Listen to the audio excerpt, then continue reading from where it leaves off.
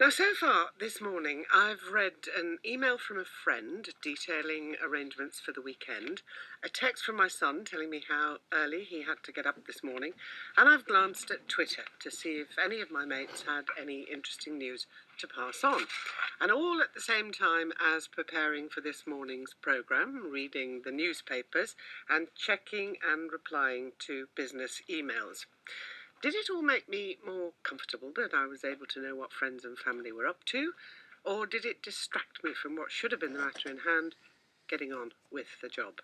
Well, Martin Talks is the founder of Digital Detoxing. He hopes to encourage us to rely less on digital media.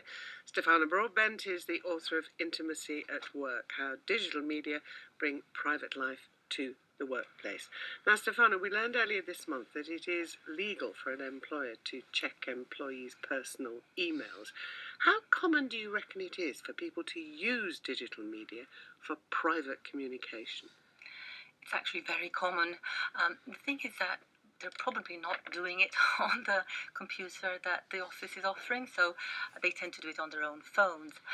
But it is extremely frequent, and it was probably the biggest change that we have seen emerge in the last 10 years, when finally private communication could actually be carried out from the workplace. If you think back just a few years, basically when you clocked in, I mean, you were completely severed from your family and friends. Well, you could make a phone call, but somebody would get cross because they saw you on the phone. Exactly, and I mean, the big advantage of mobile phones was that you could text, and actually the written channel was probably, and the stealth that writing underneath your desk was actually a huge success, also because it could be done in this way. And why do you think it's important for workers to have access to digital and social media at work to make those kind of connections?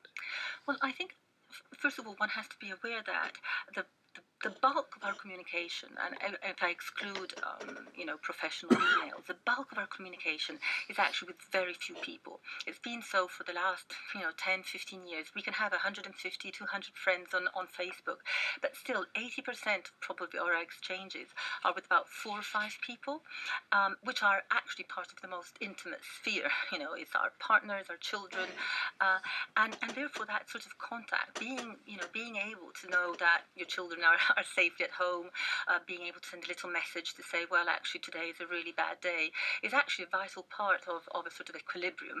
Now, Martin, you're in favour of digital detox. Yes. How would you define a digital detox? Well, I think the first thing to say is digital detoxing, our view is not necessarily that technology is a bad thing or digital technology is a bad thing. It needn't be toxic, but too often it is in our work and our personal lives. So what we would define it as is getting the right balance between the use of those technologies and not using those. Being in control of the technology rather than the technology being in control of us, I suppose, is another way of putting it. So, but what's wrong with getting a text from your son at 7 o'clock in the morning saying, "Yeah, guess what? I had to get up at 2:30 this morning." Nothing wrong with that.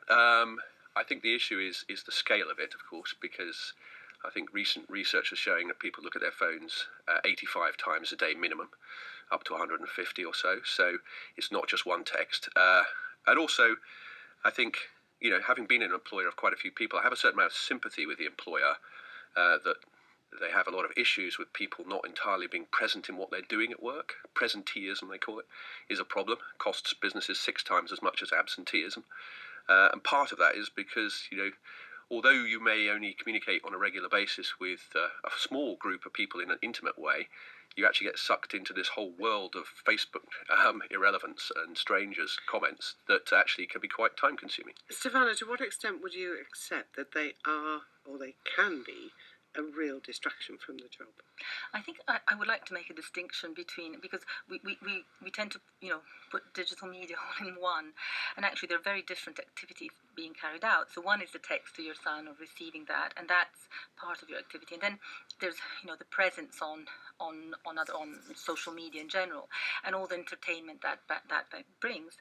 Now, I feel that very often we think of the digital as something that we are victims of. We are just victims of all this solicitation. Actually, we're also actors of it in the sense that we also are producing, we are causing distraction of others, and we are also producing a lot of content. But the question is, there's a battle going on around attention, and I think what Martin just said is exactly that, and there's obviously what we call the attention economy. The internet relies on the fact that we're giving attention to the screen.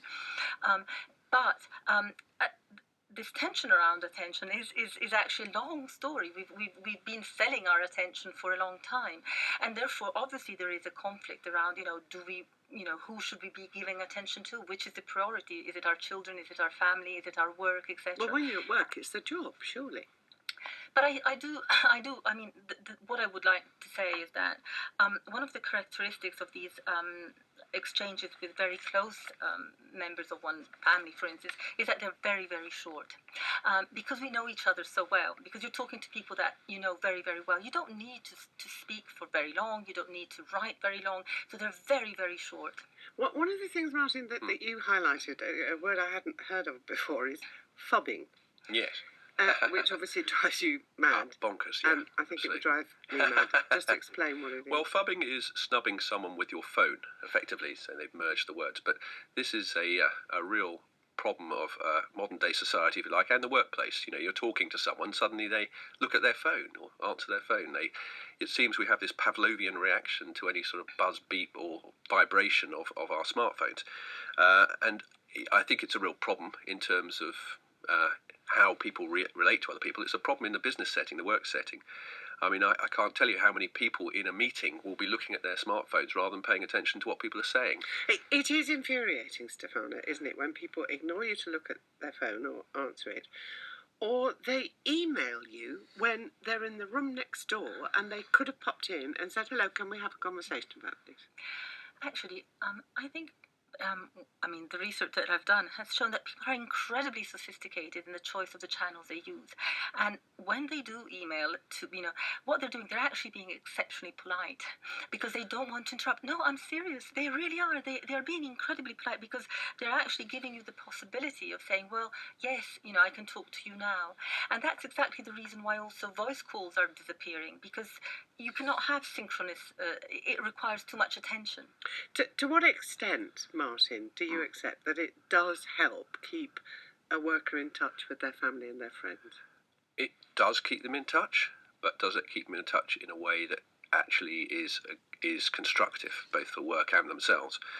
As I say, presenteeism can be a big problem. It can make people not be present in the moment. Mindfulness has been something that's been on the rise quite a lot, people's awareness of that, of actually being present where you are, rather than thinking about where other people are and what other people might be doing and thinking. So, yes, I think social platforms are important and they do provide a connectivity. What we're lacking, I guess, is the etiquette, the education, the rules, if you like, around engaging with them. Martin Talks, Stefana Broadbent, thank you both very much indeed. And do